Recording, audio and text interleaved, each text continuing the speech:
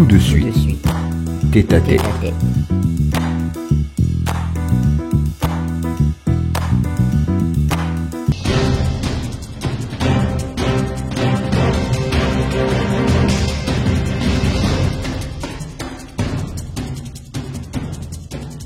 Il parlait de la transition depuis 2023 alors que personne n'y croyait.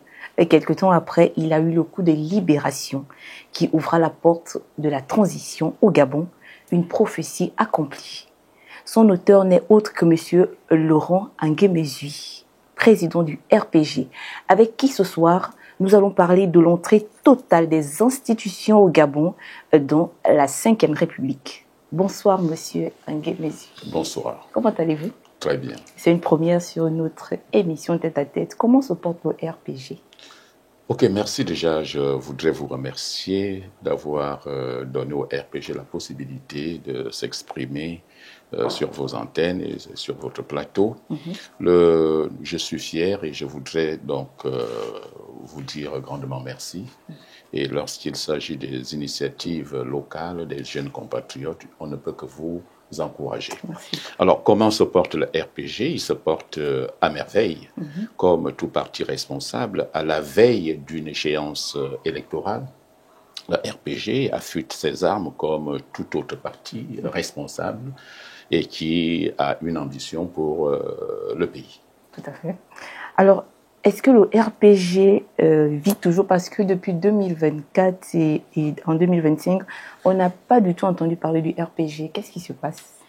Ok, merci. La preuve de la vie et de la vitalité du RPG, c'est que vous avez devant vous le président du Rassemblement pour le Gabon, que je suis pour le moment. C'est la preuve que le RPG vit. Mais nous nous sommes donnés, vous l'avez dit tout à l'heure, nous avions eu la présence d'esprit avec les yeux de nos ancêtres, de percevoir ce qui devait arriver. Tout à fait. Vous avez parlé de la transition, donc nous nous sommes investis là-dessus. Vous avez parlé de 2023, non, c'est bien avant. Donc nous parlons de la transition depuis 2020. Nous avons dû faire 2 fois le tour du Gabon pour aller sensibiliser les populations de l'intérieur afin de leur montrer la nécessité de passer par une transition politique chez nous. Après ce tour du Gabon, nous avons vu toutes les représentations diplomatiques accréditées chez nous pour leur dire s'ils étaient donc les amis du Gabon, il fallait qu'ils nous aident à passer par une transition parce que, effectivement, ce qui pointait à l'horizon de ces élections de 2023, c'était le chaos. Et ayant en tête que nous n'avons pas de pays de rechange, nous avons donc dû nous investir à militer pour la mise en place d'une transition politique et pacifique au Gabon. Donc, nous avons vu les représentations diplomatiques, nous avons vu toutes les confessions religieuses chez nous. Nous sommes allés à l'extérieur, nous avons vu l'Union européenne avec qui nous avons discuté et je me souviens leur avoir dit que si l'Union européenne est l'amie du Gabon, nous n'avons pas besoin de sapeurs-pompiers après l'incendie. Donc c'est maintenant qu'ils devaient nous aider à parvenir à cette transition. La même chose, on l'a fait avec l'Union africaine et personnellement, j'ai transmis le dossier de la transition, la réflexion que nous avons menée, qui fait plusieurs volumes.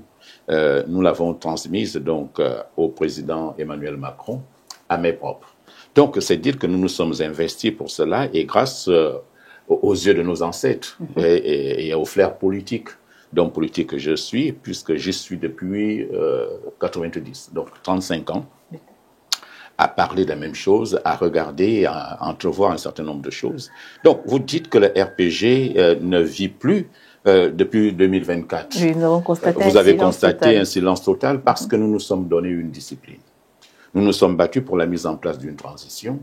Il ne fallait pas que pendant que la transition arrive et se tienne, qu'il y ait des sons discordants. Nous avons donc voulu donner la chance à la transition pour qu'elle se déploie. Et c'est l'occasion pour moi ici de remercier d'abord, effectivement, le CTRI et le président de la République actuelle, parce qu'ils ont été effectivement ceux qui ont fait accoucher cette transition. Tout à fait.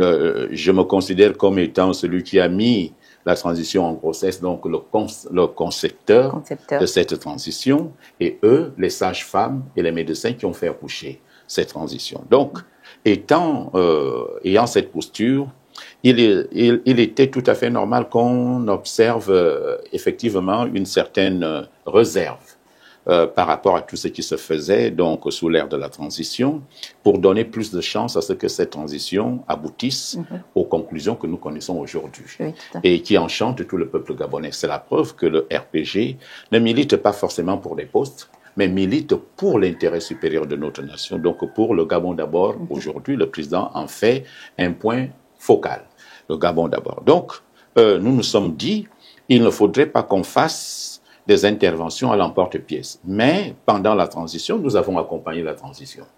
Nous avons été au référendum, nous avons été au dialogue national, nous avons été effectivement à l'élection présidentielle où nous avons investi le président Brice Clotaire Oligui Nguema comme étant président du RPG parce que il fallait être logique avec soi-même. Donc, dès que la transition se déroule plus ou moins avec ces quelques difficultés, il fallait s'y attendre parce que trouver le pays dans un désossement absolu, dans une déstructuration totale, ce n'était pas si évident. Mais les militaires, en tête desquels le général Brice Clotaire Oligui Nguema, ont tout fait avec maestria de canaliser un certain nombre de choses. C'était pas du tout facile, mais il fallait comprendre que les quelques faux pas qu'on a observés ici et là étaient inhérents effectivement à une situation inédite que les gestions de la transition avaient trouvée. Donc, nous nous sommes donné cette discipline-là, pas pour critiquer, mais pour apporter des suggestions, des propositions. Quand c'était bien, on disait que c'était bien, on prenait la parole.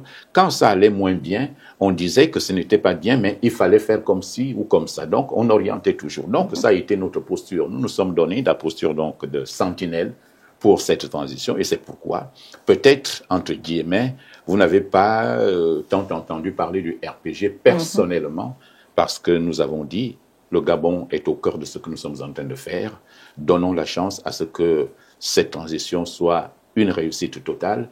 Elle l'a été, d'ailleurs, je pense que beaucoup aujourd'hui sont très contents d'avoir vu cet épisode dans l'histoire politique de notre pays. Donc, voilà, ce n'était pas que le RPG n'existait plus, mais le RPG a des disciplines, a une discipline avec des principes à respecter. Donc, voilà globalement ce que je peux dire à ce sujet. Alors, merci, Président. Alors, nous voulons également ce soir mettre l'accent sur l'histoire que vous saviez déjà. Vous avez prédit, oui, cette prédiction de la transition. Comment avez-vous présenté cela? Comment avez-vous prédit cela? Bon, je ne suis pas Dieu et je ne voudrais pas avoir la prétention, oui, je ne suis pas prétentieux de le dire. Je vous disais tout à l'heure, c'est lorsqu'on est un homme politique, il y a des choses qu'on sent venir. Et surtout lorsqu'on est connecté avec sa terre. On est connecté avec les esprits qui gèrent cette terre et avec le Saint-Esprit. Nous avons effectivement vu que pour ceux qui aiment le Gabon, il n'y avait pas une autre alternative que de passer par la transition. Il vous souviendra que lorsqu'il y a eu le dialogue, la concertation nationale, alors que j'étais en plein dans le combat de la transition, et avec des autres d'ailleurs, je suis allé à cette concertation nationale uniquement pour aller partager la vision de la transition, espérant que nos frères du PDG, de la majorité de l'époque, allaient comprendre la nécessité de faire ce virage à 360 degrés. Mais malheureusement, certains ont brillé par leur posture, j'allais dire, de va-t-en-guerre, qui estimaient qu'il n'y avait aucune crise, alors que ceux qui observaient la vie politique chez nous savaient qu'on était sur une braise et que le volcan était sur le point d'exploser. Donc, nous l'avons pressenti avec les yeux de nos ancêtres. Nous l'avons pressenti parce que nous sommes connectés aux esprits qui gèrent ce pays. Nous l'avons fait parce que nous avons analysé le contexte politique de l'époque qui était marqué par une arrogance absolue et surtout que le peuple gabonais se disait ne plus être désabusé, qu'ils acceptaient effectivement de payer de leur sang pour que plus jamais ce que nous connaissions par le passé arrive. Donc, en face, il y avait ce pouvoir qui était prêt à marcher sur le sang du peuple gabonais et le peuple gabonais qui était prêt à donner son sang pour libérer le pays. Et c'est comme ça que nous avons estimé que le Gabon étant notre dénominateur commun et que ce n'était pas à négocier, il était important que les uns et les autres mettent leurs ambitions de côté pour préserver le Gabon. Je me souviens, lors d'une déclaration en 2023, j'avais dit que à quoi sert-il à quelqu'un de gagner l'élection présidentielle si le Gabon doit brûler? Alors donc, il fallait tout faire pour préserver d'abord le Gabon. Et le Gabon étant préservé, nous tous, nous serons donc préservés. C'est pourquoi nous avons donc estimé qu'il fallait mener ce combat. Il y a eu beaucoup de dignitaires de la République qui nous ont rejoints dans ce combat. Je peux citer Papa Paul Malikou, je peux citer Papa Rivangue, je peux citer Pauline Ningon et bien d'autres encore avec qui ils nous ont rejoints à mi-chemin, avec qui nous avons fait chemin ensemble. Et lors du dernier discours, parce que pendant que les uns menaient la campagne pour les élections, nous, on menait la campagne pour la transition. Donc, et au dernier meeting, j'avais déclaré ceci. Avant, pendant ou après les élections, la transition va s'imposer. Et le résultat est là. Tout à fait. Donc, il faut être connecté avec les esprits qui gèrent le pays. Alors, après la présidentielle du 12 avril au Gabon, nous entamons les législatives et locales. Et quelle est la position du RPG? Comme je le disais tantôt, lorsque vous avez voulu savoir la santé du RPG, le RPG sera sur le terrain. Il a présenté un certain nombre de candidats. Pour ne pas le dire, nous avons présenté plus de 35 listes de candidatures, plus de 25 candidats à l'élection locale, législative allais-je dire. Donc, nous allons faire le point ce samedi parce que beaucoup avaient fait des recours, parce qu'il y a eu beaucoup de situations qui ont fait en sorte que nous soyons obligés de passer par des recours. Donc, nous nous préparons pour participer à cette élection qui va être une élection assez importante. Parce que non seulement elle va conditionner les sénatoriales à venir, mais également mettre le clou à la transition politique. Quand bien même on a terminé avec la présidentielle, mais pour que toutes les institutions soient enfin mises en place. Donc ce sont ces dernières élections-là auxquelles nous participerons activement. Donc le RPG est partant. Il va être sur le terrain, il va défendre sa vision. Vous savez, je ne vais pas être également nombriliste pour dire que nous sommes les seuls à avoir un projet de société, mais ayant soutenu le chef de l'État, étant effectivement un allié sûr du président de la République, nous pensons que nous devrions regarder dans cette direction pour l'accompagner au terme de ces élections qui vont arriver.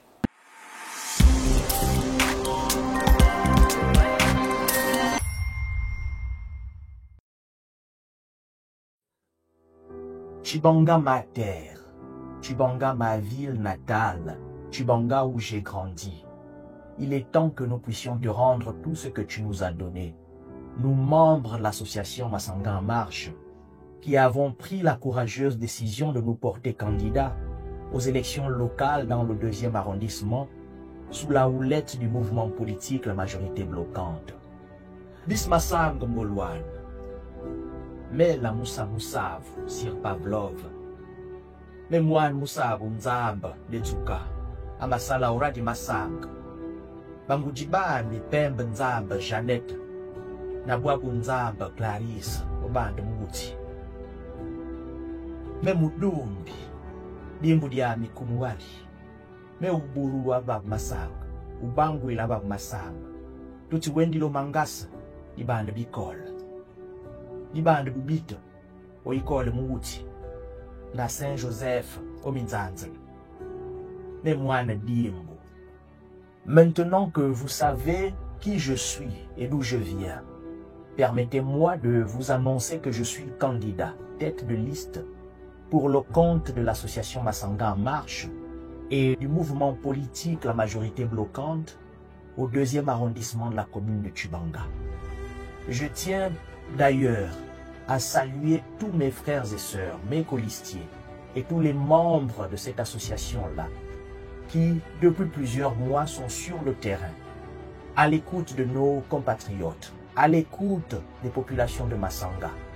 Je tiens également à saluer toutes les personnes, notamment ceux de la diaspora, nos frères et sœurs, qui pour des raisons professionnelles se retrouvent un peu partout à travers le Gabon et à travers le monde, mais qui nous soutiennent parce qu'ils ont compris la vision, parce qu'ils ont compris qu'il est temps que notre commune, qu'il est temps que Massanga puisse connaître un véritable réveil sur le plan spirituel, un réveil sur le plan politique, un réveil sur le plan économique, un réveil sur le plan social. Chers frères et sœurs, chers parents, notre candidature est un appel à l'unité. L'unité des fils et filles de Massanga en général, et plus précisément du 2e arrondissement. Il est temps que nous puissions cesser nos querelles.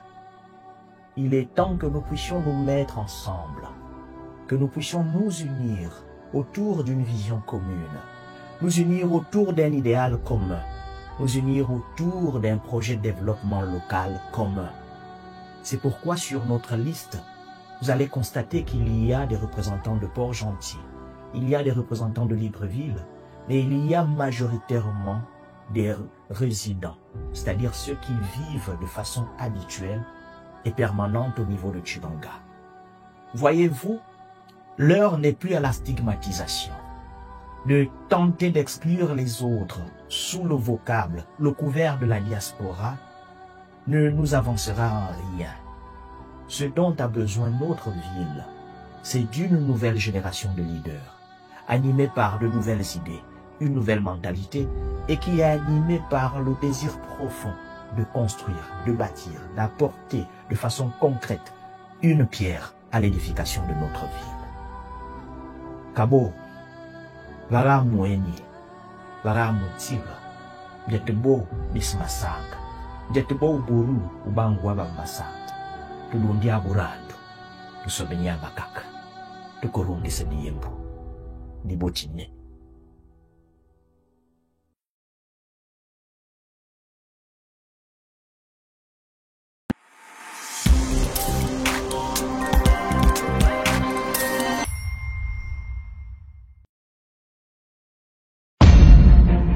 Gabonaises, Gabonais, mes chers frères et sœurs, je suis Alexandre Désiré Tapoyou, tête de liste pour l'arrondissement au compte du mouvement des réformateurs, MOREF, parti que j'ai créé et soutenu avec beaucoup d'autres à ce jour. Je suis candidat à la prochaine élection municipale 2025 au niveau du 1er arrondissement, mais avec l'ambition d'être le prochain maire de Libreville. Libreville, ce n'est pas simplement une capitale. Le maire de Libreville ne peut être simplement celui qui est là pour les actes de naissance, de décès ou de mariage. Libreville a une autre dimension que peu de gens, très peu savent. Libreville est un sanctuaire. Et avant que ça s'appelle Libreville, ça s'appelait Bongo. Le royaume Bongo, qu'on vienne d'ailleurs, tout le monde venait à Bongo. Parce que c'était un cadre de paix et de sérénité.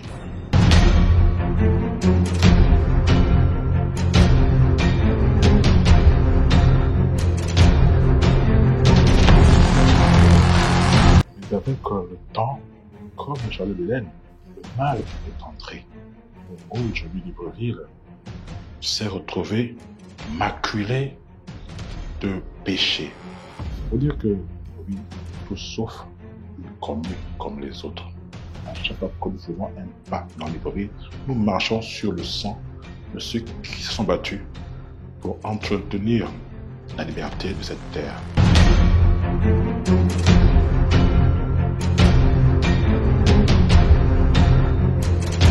Le maire de Libreville n'est pas qu'un administratif. Le maire de Libreville est le gardien de ce temple Bongo, ce temple sacré qui héberge l'unité, la paix, mais aussi qui est le promoteur de la vérité et de la sincérité et le défenseur des intérêts de tous ceux qui vivent dans ce territoire.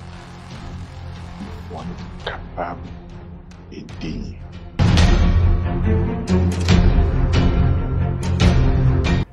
C'est pour cela que j'ai accepté de répondre à l'appel de mes ancêtres d'être à leur disposition pour protéger Libreville, défendre ses intérêts et promouvoir la renaissance d'un Libreville sanctuaire du vivre ensemble, de la paix pour tous et de la prospérité partagée. Pour ce challenge, je suis accompagné de plusieurs personnes, hommes, femmes, jeunes, vieux, qui sont membres du parti que Dieu a créé pour moi, le mouvement des réformateurs Moref. Nous sommes candidats au premier arrondissement, où je suis tête de liste. Nous sommes aussi au 5e arrondissement de Libreville, ou au 6e arrondissement de Libreville. Et bien heureusement aussi, nous nous retrouvons au 4e arrondissement en alliance avec l'Alliance patriotique, parti dont le président est un être cher, habité, mais vraiment habité par l'intégrité morale. Il s'agit bien sûr de notre aîné Raymond Dongsima.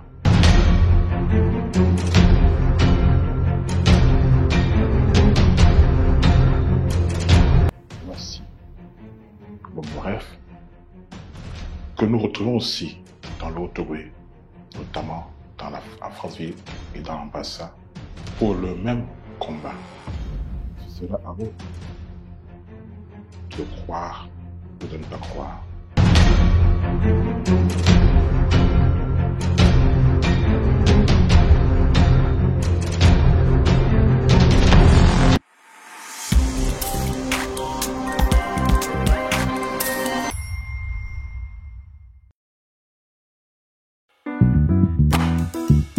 Tout de suite, tête à tête.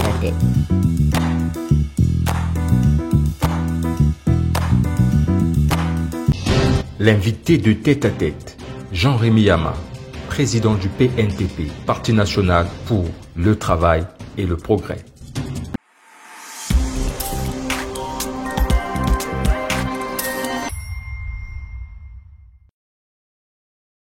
Alors parlons des législatives et locales, une soif d'un renouvellement de la classe politique. Par rapport à ça, quel est votre avis? C'est une très bonne chose.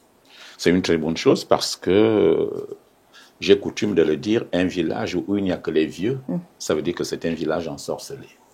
Un village où il n'y a que des jeunes, ça veut dire que c'est un village criminalisé.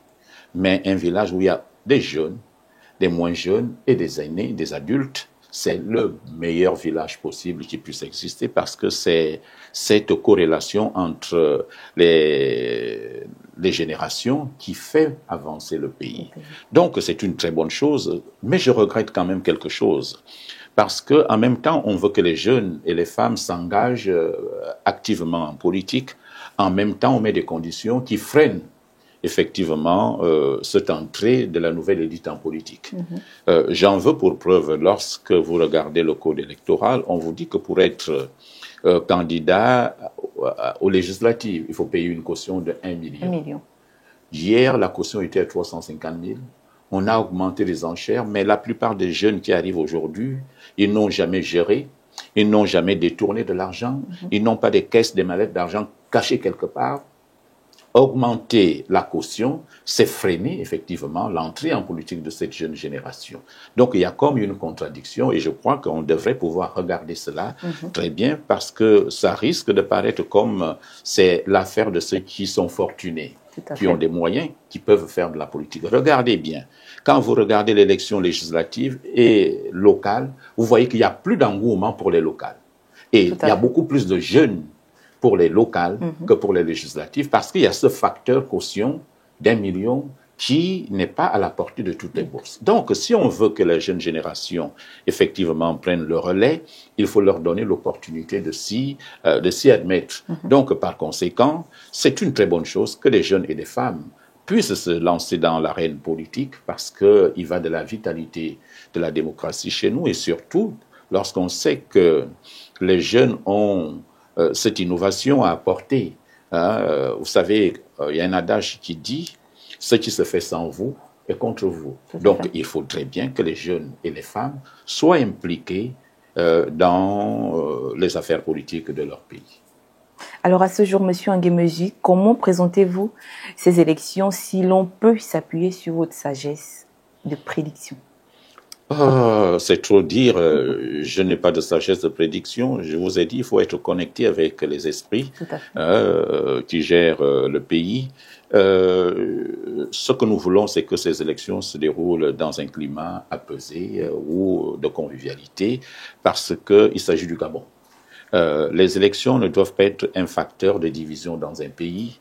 Et même si j'aurais voulu que ce soit un autre schéma, parce que vous avez dit, l'élection du 12 avril était marquée par le fait que le président, notre candidat, était plébiscité par tout le peuple gabonais.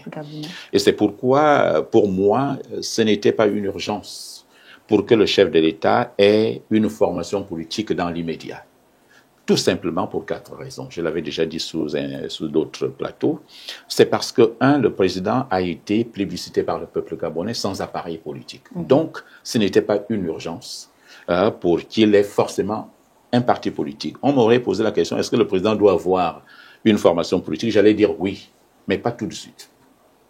Deuxième élément qui milite en faveur du fait que le président, pour moi, ne devait pas avoir un parti tout de suite, c'est le fait que tous les partis politiques, quasi-totalité, l'avaient soutenu. Donc, ce n'est pas un chantage, c'est un rappel, tout le monde le sait, que tous les partis politiques étaient avec lui. Donc, arriver maintenant au niveau des élections locales et législatives, ça aurait été l'occasion pour le chef de dire, oui, je suis déjà à la tête de l'État, il faut que je tire vers le haut ceux qui m'ont soutenu hier. Le fait d'avoir mis un parti politique en place crée aujourd'hui des frustrations inutiles dont on se serait passé parce qu'aujourd'hui, ceux qui étaient hier en train de marcher ensemble vont devoir combattre sur le terrain, se donner même des coups. Tout à fait. Tout simplement parce que certains avaient poussé le chef de l'État à mettre en place une formation politique parce qu'ils se cherchaient et ils voulaient avoir un point de chute. Pas pour autre chose, parce qu'ils voulaient être positionnés quelque part. Et c'est pourquoi ils ont tout fait pour que le président annonce la formation de son parti pendant que nous étions en train de préparer les élections législatives et locales. Donc, pour moi, ce sont des élections qui doivent se passer dans de très bonnes conditions, mais ce que nous voyons déjà là, c'est qu'il y a tellement d'intrigues, il y a tellement d'accointances malencontreuses, bien évidemment, qui font que nous doutions de ce que ces élections pourraient être un moyen de division, de frustration. Parce que, dites-vous bien, moi, dans le département du Haut-Thème, j'ai conduit en même temps le référendum, en même temps les présidentielles, et j'ai devant moi les candidats du parti du président de la République. J'ai avec moi ceux qui étaient partenaires hier, qui sont d'autres partis politiques, comme le RPM, l'Union nationale, le RPG, et tout ce beau monde-là, avec qui on marchait, on cheminait ensemble. Aujourd'hui, nous sommes adversaires sur le terrain. Ce n'est pas du tout élégant. C'est pourquoi je disais, pour cette raison-là aussi, le président aurait pu attendre la mi-mandat pour mettre en place sa formation politique. Ça aurait laissé le temps au président, entre guillemets, de renvoyer l'ascenseur à tous ses soutiens d'hier. Et ensuite, nous avons changé de régime politique. Il y a beaucoup qui disent qu'il faut que le président ait la majorité, mais dans la constitution que nous avons adoptée tout récemment, le président est le chef de tout l'exécutif. Il ne partage même plus le pouvoir exécutif avec quelqu'un. Donc, par conséquent, avoir une majorité ou pas de majorité n'est pas la priorité aujourd'hui. La priorité, c'est d'implémenter les projets qu'il a présentés devant le peuple gabonais pour lesquels il a été plébiscité. Donc, c'est ça la véritable logique à suivre pour que ce qu'il a dit au peuple gabonais hier, que cela soit traduit dans les faits. C'est le plus important. Donc, pour moi, ce n'était pas une obligation. Et puis, le fait de l'avoir fait comme ça, c'est-à-dire s'il avait effectivement réuni toute la classe politique qui l'a soutenu pour dire les élections arrivent, qu'est-ce qu'on fait? On s'assoit, on regarde ensemble ce qu'il y a lieu de faire, qui peut être là, qui peut faire quoi, qui est capable de, ainsi de suite. On se retrouve et quand on va aux élections sereinement. Aujourd'hui, j'entends des paroles, des pics qui sont lancés ici et là entre ceux qui marchaient hier ensemble. Aujourd'hui, ça devient problématique. Donc là, il n'a pas besoin forcément d'une majorité, mais tous ces partis qui l'ont accompagné allaient être cette majorité-là autour, ou doivent être cette majorité-là autour. Donc, par conséquent, il n'était pas urgent, opportun, tout de suite, de faire en sorte que le président ait une formation politique. Et pour terminer, je dirais que ces élections, mais nous sommes partis comme tels. J'ai toujours bon espoir que le chef de l'État devrait pouvoir faire amende honorable pour que tous ceux qui l'ont soutenu hier puissent aller à ces élections en connaissance de cause avec un discours d'apaisement, avec un discours de responsabilité, avec un discours d'unité nationale pour que ce soit effectivement, j'allais dire, un combat d'idées et non des empoignades qui peuvent détruire les familles, qui peuvent détruire des partenaires d'hier. Donc voilà un peu comment est-ce que je vois et j'entrevois ces élections pour faire en sorte que notre pays soit toujours sérénisé et que nous sortions de la 4e République tête haute.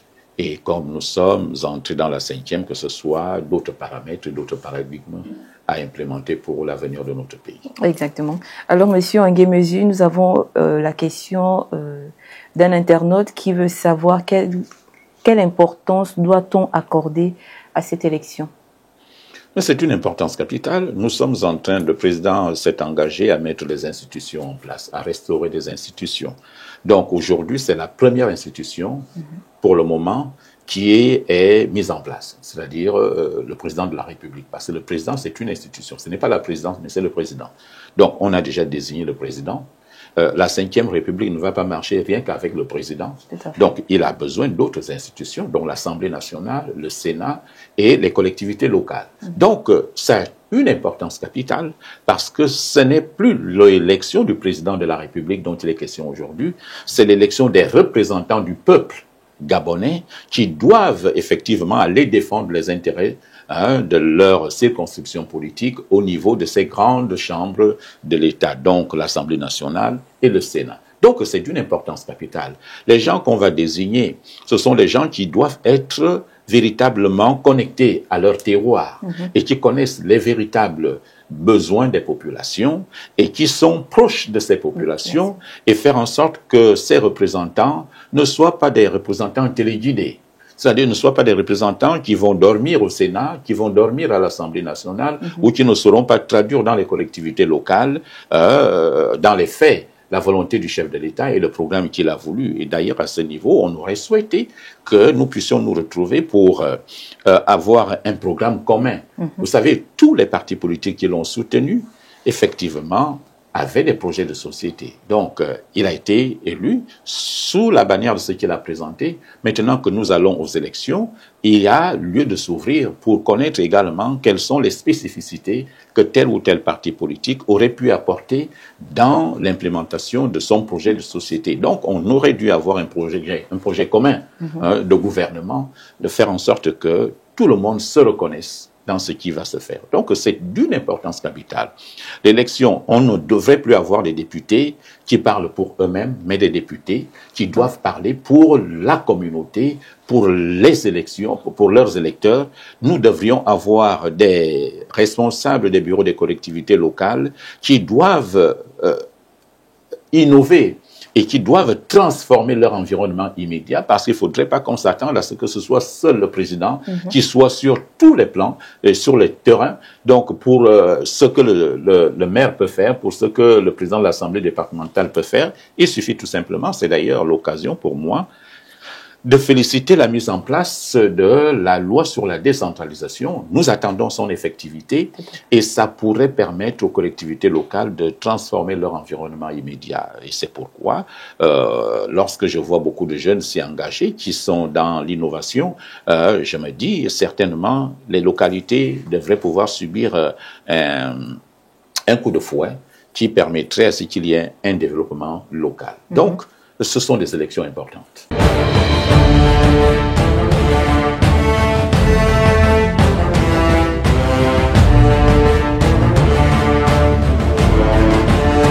Chers abonnés de Alpha Télévision, nous sommes en 2025. Oui, 2025 est une année qui s'annonce belle pour notre pays, le Gabon. Vous êtes nombreux à nous faire confiance et chaque semaine, vous êtes connectés à nos différents programmes. Tête à tête, Femmes et Action, Le Citoyen et bientôt un nouveau programme, rien que pour le plaisir de vos yeux, Osez Entreprendre. Osez Entreprendre, une émission dédiée aux entrepreneurs, des personnes qui relèvent des défis au quotidien. 2025, c'est aussi une année électorale pour le Gabon. C'est ainsi qu'Alpha Télévision a revu pour vous le format de l'émission Tête à Tête. Vous êtes candidat à la présidentielle, aux législatives et aux locales.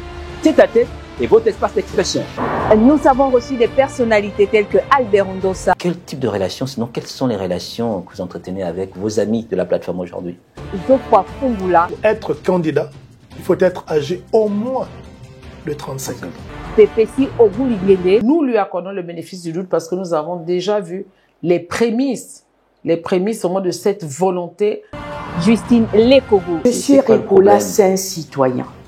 Il est parti membre du COPIL citoyen. Jean-Rémy Yama. Nous ne sommes pas parfaits.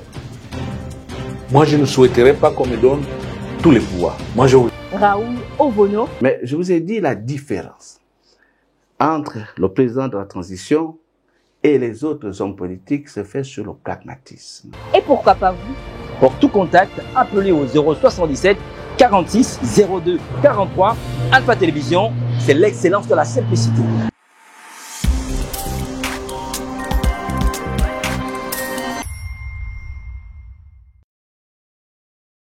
Le 1er septembre, vous avez fait une sortie au cours de laquelle vous avez lancé un appel, je cite, « Unissons-nous ». C'est dans cette unité que nous devons construire notre avenir. Que doit-on retenir de cette sortie et quelle est votre crainte constatée? Oui, déjà le contexte de cette déclaration, c'était après la veille, donc, enfin après la déclaration, le discours à la nation du chef de l'État, consécutive à la fête de la libération. Nous avons tous suivi le chef de l'État.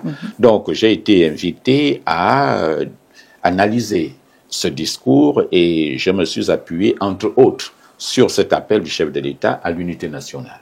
Je me suis dit, effectivement, quand on parle de la souveraineté nationale, il n'y a pas besoin de division entre nous. Il faut, parce que le Gabon sera fort lorsque ses enfants seront unis. Donc, à partir du moment où le chef de l'État a mis le pied dans la fourmilière, en parlant de la souveraineté nationale, donc aucun leader politique, responsable soit-il, ne peut se mettre en marge, parce que c'est la souveraineté du Gabon. Elle n'est pas bradable, elle n'est pas négociable, elle invite effectivement à une cohésion nationale, donc à l'unité nationale, et c'est pourquoi j'ai amplifié tout simplement l'appel du chef de l'État à l'unité nationale pour montrer que nous ne pouvons pas développer ce pays si nous sommes désunis. Et je prenais donc une citation dans la Bible qui dit que un peuple ou une maison divisée en elle-même ne peut subsister. Parce que nous savons que beaucoup cherchent à ce qu'il y ait des faux pas en interne pour déstabiliser le Gabon. Donc, nous devons être prudents et vigilants.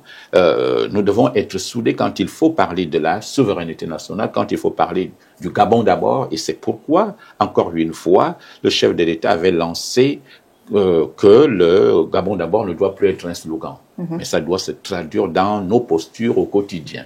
Donc, à chaque fois que le Gabon est en jeu, quel que soit son bord politique, quelles que soient les divergences qu'ils peuvent y avoir entre nous, nous sommes frères et sœurs. C'est tout à fait normal, ça arrive même dans une famille nucléaire qu'il y ait des visions différentes, mais ce qui est au centre, c'est que le plus important doit être préservé, le plus important, c'est le Gabon pour nous. Donc, il faut que le peuple gabonais le comprenne. Au-delà des élections que nous allons vivre, nous ne devons pas nous entre-déchirer inutilement pour avoir un poste de député, un poste de sénateur ou un poste de maire ou de président de l'Assemblée départementale. Je crois même que pour là où il y a des gens qui s'entendent, après les élections, on doit pouvoir s'asseoir pour dire mais qui peut faire quoi, qui peut aller à tel endroit, qui peut aller à tel endroit. Et là, nous laissons la latitude au président de la République de le faire en temps opportun. Non, il faut que nous comprenions que pour faire face à l'adversité, pour faire face, parce que les grands chantiers que le chef de l'État a lancés, surtout à la préférence nationale, vous voyez qu'il y a eu des levées de boucliers ici et là. Donc, il faut que nous, Gabonais, nous puissions comprendre que nous avons touché là où ça fait mal, et qui étaient déjà des pans entiers de notre économie qui n'étaient plus contrôlés par nous-mêmes. À partir du moment où le chef de l'État voudrait que nous puissions nous approprier notre économie, notre souveraineté, il n'y a pas à biaiser là-dessus. Il faut aller avec. Il faut qu'on se montre soudé derrière lui. Il faut qu'il sente que je fais ces réformes douloureuses pour mon peuple et que le peuple doit être, j'allais dire, conséquent avec le chef de l'État pour dire voilà là où nous devons aller. Donc, on doit le soutenir au lieu de se tirer à boulet rouge inutilement parce que l'avenir du Gabon en dépend. Alors, pour vous, Président Nguémezu, c'est quoi la 5e République? La 5e République, c'est un nouveau départ. La 5e République, c'est de nous couper des postures antérieures qui ont fait mal. La 5e République, comme le président l'a dit, c'est la République de la compétence. La 5e République, c'est l'avènement d'une nouvelle élite politique. La 5e République, ce n'est pas l'exclusion des anciens, mais c'est effectivement ce melting pot, jeunes et anciens, parce que, il faut le dire dans nos sociétés, le jeune ne prend pas l'autorité de lui-même. L'autorité lui est transmise par les anciens. Donc, il y a ce passage de témoin qui doit se faire en congruence avec nos cultures, parce qu'il ne faudrait pas que certains s'estiment exclus, ou alors que les jeunes oublient la bienséance et les droits d'aînesse. Donc, on peut parler à un aîné avec un ton rigoureux, mais respectueux, parce que beaucoup aujourd'hui brillent par leur arrogance. Ils pensent que le Gabon est né avec l'avènement de la 5e République. Non, le Gabon a toute une histoire. Donc, par conséquent, si vous voyez le chef de l'État lui-même se référer aux anciens, ça veut dire que ceux qui veulent faire la politique doivent comprendre qu'on ne peut pas faire la politique sans se référer à notre passé. Notre histoire nous éclaire sur le chantier de notre avenir. Donc, par conséquent, il faut que la 5e République coupe totalement avec des mauvaises habitudes que nous avons déplorées il y a si peu. Donc, la 5e République, c'est la renaissance du Gabon. C'est le nouveau départ, c'est la prise en main de notre destin, donc des Gabonais entre eux-mêmes. Donc, par conséquent, c'est la République de la compétence, c'est la République de la responsabilité, c'est la République du patriotisme, c'est la République du Gabon d'abord. Alors, nous avons encore une question de notre internaute. Comment le RPG peut apporter sa pièce à l'édifice dans la bonne marche de cette 5e République? Comment est-ce que le RPG peut apporter sa pierre à l'édifice? En contribuant comme on le fait toujours. Le Rassemblement pour le Gabon n'a jamais été un fait en guerre. Il faudrait que les uns les autres le comprennent. Nous sommes rigoureux dans nos prises de position et nous sommes très fidèles et loyaux à notre positionnement. Donc, lorsqu'on soutient, on soutient avec tout cœur, sans calcul politicien aucun.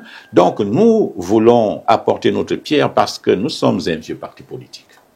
Un parti politique qui a une histoire, qui a un projet de société, et que tout le monde connaît d'ailleurs. Et tout ce qui se fait aujourd'hui, c'est en congruence avec ce projet de société. Quel que soit le pan qu'on va aller chercher, nous parlons de l'école, l'hôpital, le travail, l'habitat, les routes, la dignité des retraités, le chômage, l'eau, le chômage, le travail pour tous. Donc, nous parlons de tout et nous avons réfléchi à toute cette problématique. Donc, nous sommes là, nous sommes prêts. Nous avons des hommes et des femmes compétents qui peuvent répondre aux critères voulus par le chef de l'État parce qu'aujourd'hui, il faut faire émerger le Gabon. Il faut que nous décollions. Et pour décoller, on décolle avec tout le monde. Donc, le RPG est disponible et disposé donc à apporter sa pierre à l'édifice. Aujourd'hui, nous sommes contents de constater que la majeure partie du peuple gabonais est fière de ce qui s'est passé durant la transition. Nous n'avons pas été responsabilisés pendant la transition, peut-être il faille le signaler. Nous n'avons pas eu un poste, entre guillemets, lucratif, qui nous apporte un salaire quelque part. Aucun membre du Rassemblement pour le Gabon ne l'a été durant la transition. Mais ce n'est pas pour autant que nous tirons à boulet rouge sur la transition, mais bien au contraire, nous avons magnifié la transition. Nous continuons à apporter notre soutien au chef de l'État parce que nous voyons en lui des dispositions qui peuvent nous faire décoller de la situation dans laquelle nous étions hier. Donc, par conséquent, le RPG, moi, vous me direz que vous êtes au Conseil économique et social. Oui, je le suis. Je ne suis que simple membre, conseiller membre. Je ne suis pas membre du bureau, donc je ne suis pas salarié du Conseil économique et social. Tout le monde peut le vérifier. Je ne suis pas salarié. Mais je suis allé pour montrer, j'ai accepté d'y aller pour montrer aux autres qu'on peut servir son pays sans pourtant s'attendre forcément à des dividendes personnels.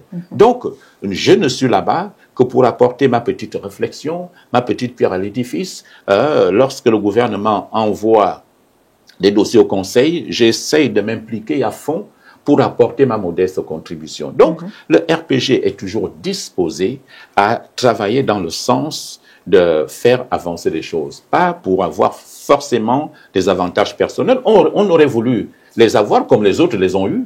Vous avez fait le constat tout à l'heure que ceux qui n'étaient pas pour la transition se sont accaparés de tout.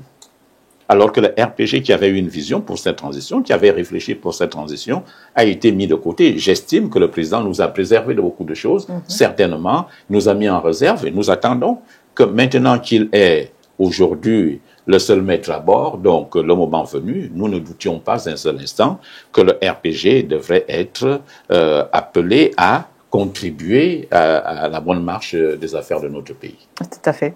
Alors, Monsieur Angué Mezu, cet entretien tire à sa fin. Votre mot de fin, Président, en complément de tout ce qui a été dit ce soir. OK, mon mot de fin va aller, je crois, d'abord à l'endroit du chef de l'État. Parce que nous sommes en train de préparer des élections et j'ai des informations suffisamment graves qui me parviennent, du moins dans ma circonscription politique. Des informations parce qu'on vient d'afficher la liste électorale et les populations me font part d'une invasion inexpliquée de ceux qui ne sont pas originaires de cette localité, qui n'ont pas d'attache familiale ou d'attache économique ou professionnelle, qui se retrouvent bizarrement dans des listes électorales. J'ai eu au moins 20 chefs de quartier, et pas de quartier, de village et de regroupement qui m'ont interpellé pour dire que nous ne comprenons pas cela. Des gens qui n'ont rien à voir et que nous ne connaissons pas ont envahi la liste électorale. À quelle fin? Ça, ce sont des pratiques d'un autre âge. Et c'est pourquoi le chef de l'État, appelant donc à la transparence, à ce que les élections s'organisent correctement, ces chefs-là m'ont dit, les populations disent qu'ils ne vont pas accepter que quelqu'un vienne déjouer parce qu'ils ne vivent pas les réalités. Lorsqu'on amène des gens d'ailleurs pour aller fausser le résultat électoral, ça voudrait dire que ces gens-là ne connaissent pas les réalités. Donc, par conséquent, on va peut-être mettre quelqu'un qui n'était pas appelé par les populations. Donc, par conséquent, c'est suffisamment grave. Il faudrait que le chef de l'État rappelle à l'ordre. Il avait déjà fait, quand il s'est agi des dossiers, des candidatures autres, parce qu'il y a eu une flopée. Jusque-là, on est toujours encore en plein contentieux préélectoral. Donc, il faut qu'il soit informé de ces situations et nous disons que nous allons nous organiser pour que des choses aillent au mieux. Mais nous attirons l'attention du chef de l'État parce que c'est lui le garant de toutes les institutions pour dire qu'il y a déjà quelque chose qui tourne mal. Les vieilles pratiques d'hier sont en train de revenir au galop. Donc nous ne voulons pas de ça. Et ce sont ces choses-là qui peuvent faire en sorte que les élections ne puissent pas se tenir dans des conditions de sérénité absolue. Et en plus de ça, d'autres informations qui nous parviennent, c'est que certains sont en train d'acheter des carnets de procuration. Donc vous voyez encore, c'est encore grave. Et nous estimons que cela doit être dénoncé. Et c'est pourquoi je me permets de le dénoncer sous vos antennes pour que les gens comprennent que nous voulons la Ve République. La Ve République a des exigences d'honnêteté, des exigences de probité, des exigences de patriotisme. Ce n'est pas parce que je veux gagner une élection que je dois transporter tout Libreville à Mivoul, par exemple, alors que ces populations ne vivent pas les réalités de Mivoul. Donc, ce sont des choses à proscrire. Donc, je ne peux pas aller acheter des carnets entiers de procuration pour en faire usage. Nous pensons que la loi encadre l'usage des procurations. Mais ce qui se fait aujourd'hui, parce que, dites-vous bien que j'ai beaucoup de gens qui sont placés ici et là. Même quand certains font leurs réunions secrètes, puisqu'on ne connaît pas tous ceux qui sont avec moi. Donc, ils assistent dans la plupart des stratégies que les uns et les autres sont en train de mettre sur le terrain, entre autres ce que je suis en train de dénoncer. Donc, ce sont des choses que nous n'allons pas laisser passer. Ça, c'est une réalité. Je préfère déjà le dire pour que le chef de l'État prenne connaissance de cette situation. Peut-être, elle n'est pas que dans mon département, dans ma circonscription électorale, elle peut être généralisée. C'est aussi le moment d'attirer l'attention des autres à être vigilants dans ce qui va être fait. Ce n'est pas le chef de l'État qui est en jeu, c'est les localités et les candidats qui sont en jeu. Qu'on soit crédible et que les populations vous votent, ça va, ça passe. Nous ne pensons pas qu'une élection doit être la fin de notre vie, mais nous pensons que c'est un jeu démocratique. On doit le faire de manière honnête, en respectant les règles qui sont en vigueur chez nous. Donc, c'est d'abord à ce niveau-là pour interpeller le chef de l'État et lui faire comprendre qu'il y a déjà, nous sommes en train de prendre un mauvais virage avec des pratiques que nous avons dénoncées hier. Ce qui a même justifié le coup de libération. Parce qu'on a voulu manipuler la loi électorale à la dernière minute en introduisant un certain nombre de choses dont le fameux bulletin, pas unique, mais inique. Donc, qui a précipité ce que nous sommes en train de faire aujourd'hui. Donc, il ne faudrait pas que ce que nous avons dénoncé hier, nous le ramenions sur la table. Donc, c'est à proscrire. Donc, j'interpelle donc le chef de l'État et tous ceux qui sont à la manœuvre d'être regardants, d'être exigeants, parce qu'il faudrait qu'au sortir de là, comme l'élection présidentielle s'est bien passée, que les élections législatives et locales se déroulent également dans un climat totalement apaisé, où après l'élection, on peut se dire bonjour, on peut faire des accolades et on peut cheminer ensemble parce qu'il s'agit du Gabon. Ce n'est pas parce qu'on est venu me donner de l'argent que je vais laisser celui qui a des bonnes idées à mettre en place, et c'est ça l'avantage de la démocratie. C'est que si moi, Laurent Nguemezu, je me présente devant vous, vous m'accordez vos suffrages, et que je ne fais pas ce que j'ai dit de faire, vous me remplacez demain. C'est ça l'avantage. Donc, on ne devrait pas avoir des titres fonciers, on ne devrait pas pouvoir se comporter déloyalement sous prétexte qu'on veut absolument gagner une élection. Donc, je demande aux populations d'être vigilants, d'être très regardants, de participer dans la sérénité la plus totale à ces élections, d'écouter tout le monde, d'éviter tout acte qui peut porter atteinte à l'unité nationale ou à la cohésion de notre localité et partout ailleurs. C'est le discours que les candidats du Rassemblement pour le Gabon porteront. Nous voulons donc continuer à porter notre pierre à l'édifice aux côtés du chef de l'État parce que nous sommes un parti allié. Même si nous entendons des sons de cloche de certains porte-étendards de son parti politique qui disent autre chose, mais ce n'est pas ça le plus important.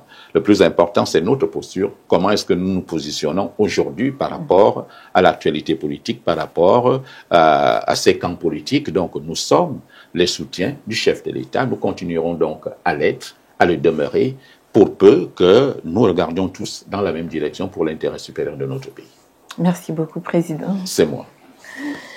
C'est ici que prend fin ce nouveau numéro de Tête à Tête. Nous vous rappelons que nous avons reçu ce soir Monsieur Laurent Angué Mesu, président du RPG, Rassemblement pour le Gabon, avec qui nous avons parlé de l'entrée totale des institutions du Gabon dans la 5e République. Merci de votre fidélité.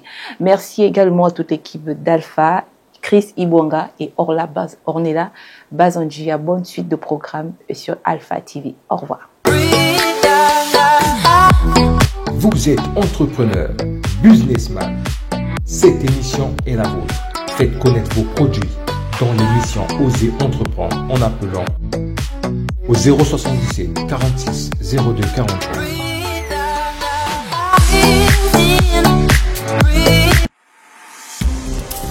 Alpha TV, l'excellence dans la simplicité.